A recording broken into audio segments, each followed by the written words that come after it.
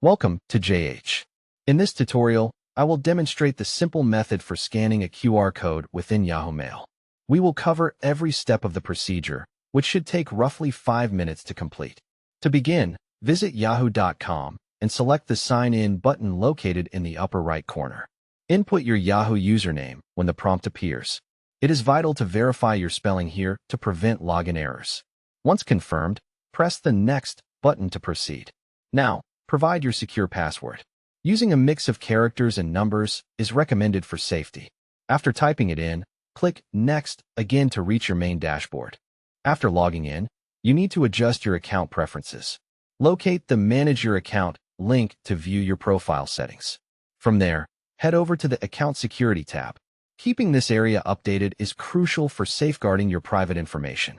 Within these security settings, find the Security menu and scroll down until you see two-step verification. Click the Turn On button to activate this feature.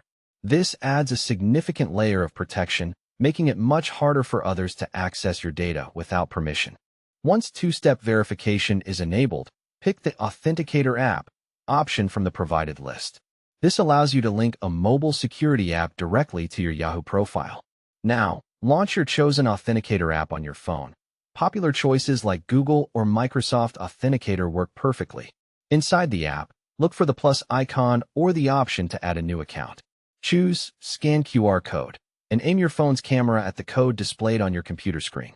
This will instantly connect your Yahoo account to the mobile app. After scanning, the app will produce a unique 6-digit code for your account. Return to your web browser and enter this code into the Yahoo prompt. Clicking Next will complete the setup for your two-step verification. You have now successfully enhanced your Yahoo Mail security using the QR code method. This configuration ensures your account remains well protected. Thank you for watching, and if you found this walkthrough useful, feel free to explore our other instructional guides.